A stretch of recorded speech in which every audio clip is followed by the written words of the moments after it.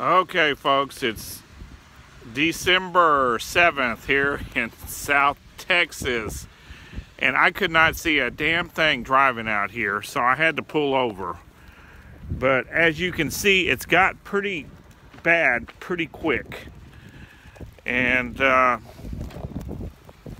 you can see it's starting to accumulate, which is very, very unusual. It's very, very heavy, wet snow. It's already starting to accumulate on the cars and everything else.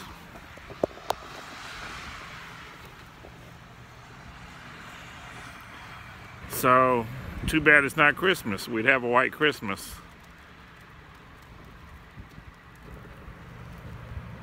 People are barely making it out on the roads right now.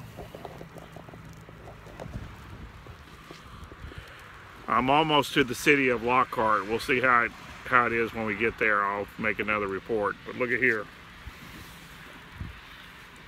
It's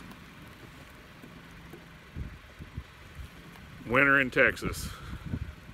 It's either you're swimming at 90 degrees or you have snow.